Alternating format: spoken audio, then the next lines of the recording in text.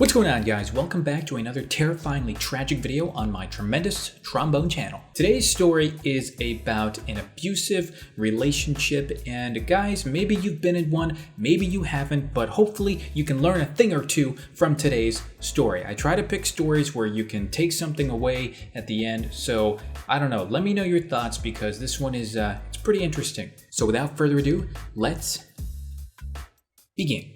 Gabriel stirred the boiling noodles, then uncovered the cooked meat. Everything was ready once he strained the smoldering water. He set the table neatly and even got 2 plates ready. He used his phone to send a message to his girlfriend Alice, who was upstairs. Gabriel waited several minutes until he finally heard footsteps down the stairs. Alice sat at the table and looked at her plate as if someone had puked on it, then hesitantly started eating. She made jokes about how the food was boring and that he could do a little better. Gabriel only agreed. Oh my goodness. So basically, we have a girl who is making the guy do everything, cook and clean and whatnot, and she doesn't even appreciate it. That's the first sign of an abusive relationship. Keep an eye out. Babe, I thought I told you I needed my package picked up from the post office, Alice said. I was busy earlier and they were closed by the time I drove by, Gabriel responded. I'll go get it tomorrow. She rolled her eyes at him and then stood up from the table to go lie down on the couch, leaving everything for Gabriel to pick up. As he was cleaning off the plates, Alice came stomping back into the kitchen and smacked Gabriel on the back of the head. You forgot to do the laundry this morning, she said. I just noticed the laundry basket's still in the same place. Like I said, I was really busy this morning and I'll get to it, Gabriel responded. Good Lord. And she smacks him, okay? That's sign number 2 of an abusive relationship. That's physical abuse right there. The two went to the couch to watch a movie. Each one that Gabriel wanted to watch was shot down by Alice until they found a show that she wanted to watch. As they watched the movie, Alice told Gabriel that they were going to her parents' house for dinner, but Gabriel protested as he had plans to meet up with a friend that he hadn't seen in a long time. You're going to cancel your plans and come with me, Alice said, after she reached over and punched him in the shoulder with all her might. All right, I'll reschedule, Gabriel said as he rubbed his shoulder.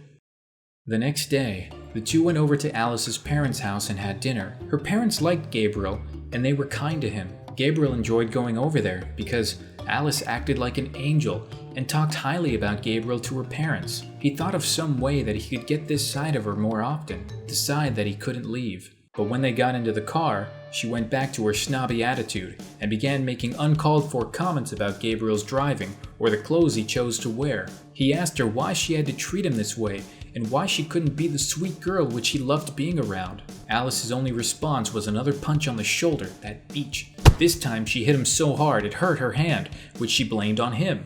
Oh my God. Dude, after all that smacking around, she blames him that her hand hurts? I think this is one of those few times where talk to the hand actually doesn't sound stupid. She began to call him names and tell him that this is how every girl acted. Even when they got out of the car, she continued to belittle him. When they got inside, she took her shoes off and threw them at him.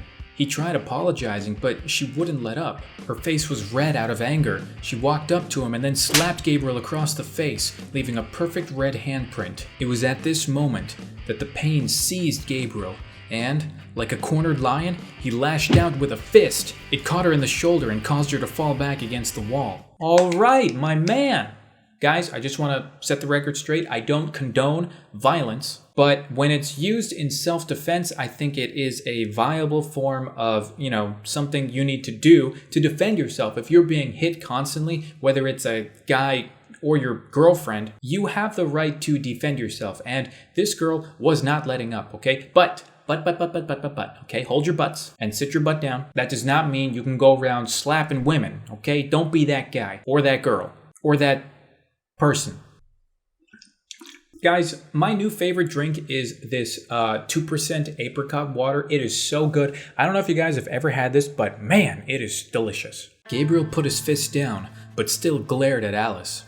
I'm gonna call the police on you, she said as she started to pull her cell phone out of her pocket. Go ahead, Gabriel said. I'll just show them all the bruises you've given me in the past 2 weeks, and this nice palm print I can feel swelling on my face. Alice had no choice but to slide the phone back into her pocket as Gabriel continued. I don't want this anymore.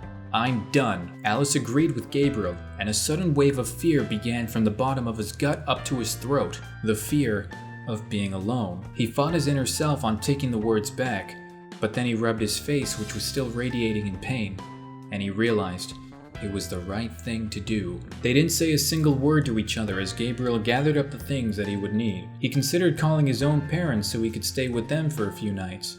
But then, he took out his phone and called his friend that he was supposed to see that night. His friend gladly accepted having him over as a guest, and shortly after picked him up from his now ex-girlfriend's house. And that is the end of the story. Holy ho. Ho ho ho. Okay, it's a little too early for Christmas, but damn, what a horrible person. Jeez, talk about Alice in Wonderland. This was Alice in Hell. I don't know if you guys have ever been in an abusive relationship, let alone like a girl on guy abusive relationship, but this is an example, okay? They are real and they're out there. Now, as I said earlier, I want to make it clear, okay? If you are cornered and you're defenseless and you are just trying to defend yourself, I think like it's okay to use violence as a last resort to defend yourself. But I also don't want to, give you guys the idea that, hey, I'm gonna go punch girl. Yeah, don't do that, okay? You're an idiot if you think you can just do that anytime. I mean, same thing with guys. It's 2019. I can't say anything without offending people. Now I have to say same thing with guys, same thing with girls. Hold the door for guys, hold the door for girls. Put the seat up for girls, put the seat down for guys. Because you never know how they prefer to pee. Do you guys prefer pinky out or pinky down? Now I'm scared. Everyone's offended in 2019. Anyways, thank you guys so much for watching. I hope you enjoyed today's story. I have a lot more. If you're new to the channel, be sure to hit that subscribe button. Leave a like if you enjoyed the story, okay? It helps tell stupid YouTube that my video is liked by the people watching, okay? Because usually they don't know. Anyways, thank you guys so much for watching, and until next time, we will see you guys in the next video. Good night. Max, say good night. Good night. Alright, hello everybody, and welcome back to another episode of Terry Time, aka Terry and Max. Guys, I have to apologize.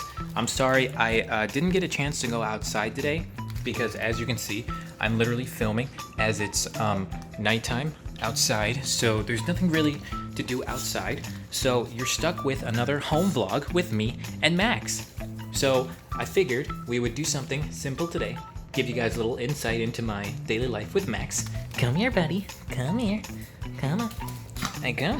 He's a good boy. Yes, you are. And I'm just gonna show you, like maybe some tricks that we practice.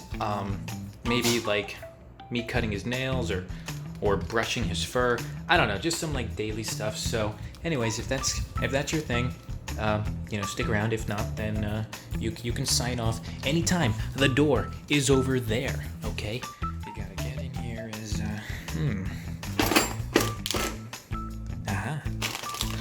Yes. Oh, what do we got here? What do we got here? Oh, your favorite. Oh, your favorite. Oh, yeah. Oh, tippy toes. Yeah, spirit fingers. Okay. All right, sit down. Get the funk over there. All right, sit down. Sit. Not turn around. Sit. Sit down. Good boy. Good boy. There you go. Now, turn around. Good boy. And now, paw. Good boy. And now, here's a hard one. Reach. Oh, good boy. Good stuff? Okay, and now, this is a tricky one, but you've gotten pretty good at it. Nose. Oh, good boy. He did nose. What a good boy. One more time. Nose. Nose. Good boy. So those are just some tricks that we're working on. We're gonna do more, so don't worry. Now, it's been a little while since I cut his nails. I think I cut them like 2 weeks ago. So we're just gonna cut them again today. Come here, get in here. Get in here, come on, Maxie. Come on, come. All right, I'll wait. I got time. Come on, it's nail cutting time. Okay, so this part is a little bit tricky. Because when you're cutting a dog's nails, you always have to be careful not to cut too much, because then you can cut, the vein inside. There's only so much you can cut before you actually start reaching the veins inside the nails.